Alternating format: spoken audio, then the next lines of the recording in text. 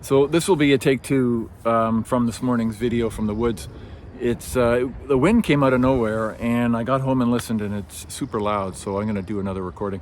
But it's 10 weeks of Ted. This is week 4, episode 4, and you gotta love synchronicity, right? It's just got some provides just some shake your head moments, and this week with Ted, no different, right? After last week of having some posts and a lot of discussion around the idea of sport utilizing hatred and revenge as motivation.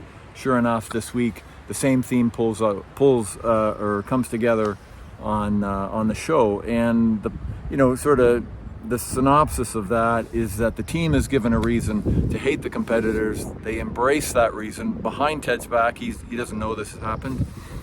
They go out onto the pitch second half and they absolutely blow up, right? Because they are so focused on getting revenge with this team that their ability to play is interfered with, right? They can't focus on their game. They are distracted by wanting to garner revenge, and therefore can't engage in all the skills and training that they've had.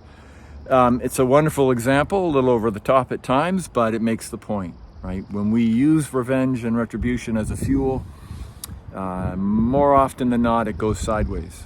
So, yeah, just a really a coincidence, right? But it was lovely the way they portrayed that, and just a really good reminder to all of us, right? When we let ego take the wheel, invariably we go off the cliff, and that was a perfect example, right? Even Zava, who is a big player on the team, he just does not understand why these guys are so focused on revenge. He wasn't around when the event happened, but still, it's not in his wheelhouse, right? He plays the game because he loves playing it.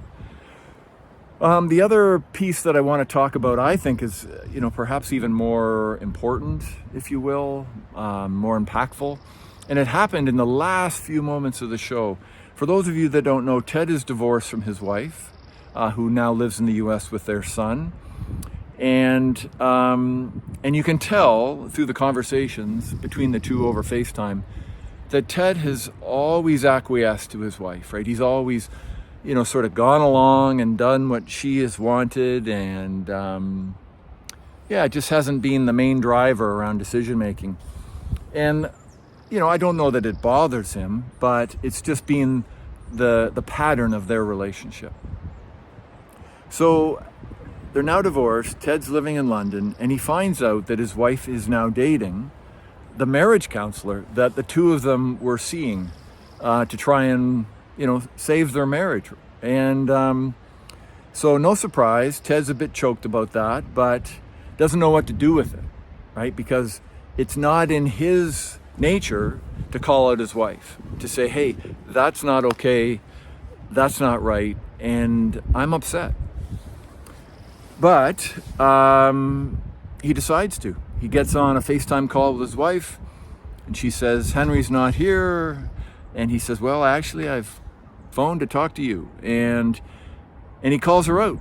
And he says, look, we have to parent this boy as friends and respectful partners. And what you did was not respectful, let alone nice. And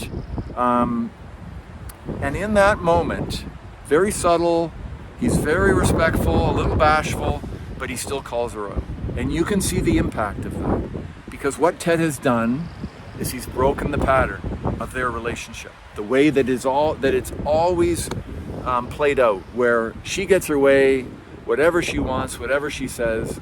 And this time, Ted has said enough. And my guess is, forever and ever, their relationship has changed. And so the lesson for us is, do we have moments like that in our lives where we have acquiesced to others who have done something hurtful or disrespectful, and we've let it go? And instead we've just chosen to resent or to be upset, instead of respectfully owning our power, sharing our voice, and sort of standing up for ourselves, being our own best advocate.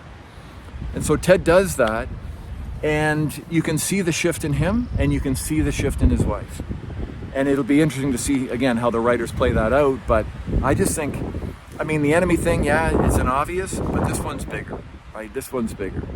I think when we are honest and we reflect on past relationships or moments with people where we have acquiesced, where we have just kept our mouth shut, was that the right choice, right? And how might things have been different if we had stood up for ourselves? And I'm not saying, in a dramatic way, but just in a respectful, confident way, just to say, you know what, I'm not okay with that, and this is why. So I just thought that was a beautiful moment, right? Just a beautiful moment where somebody has reached a point where enough is enough and they're going to say so. Very cool. So hope you're having a good week. Hope you had a wonderful weekend, Easter weekend, and look forward to episode 5. We'll be in touch. And in the meantime, take care of yourselves and each other, and maybe take action on that last one and see how it changes your life. Okay? See you guys. Bye-bye.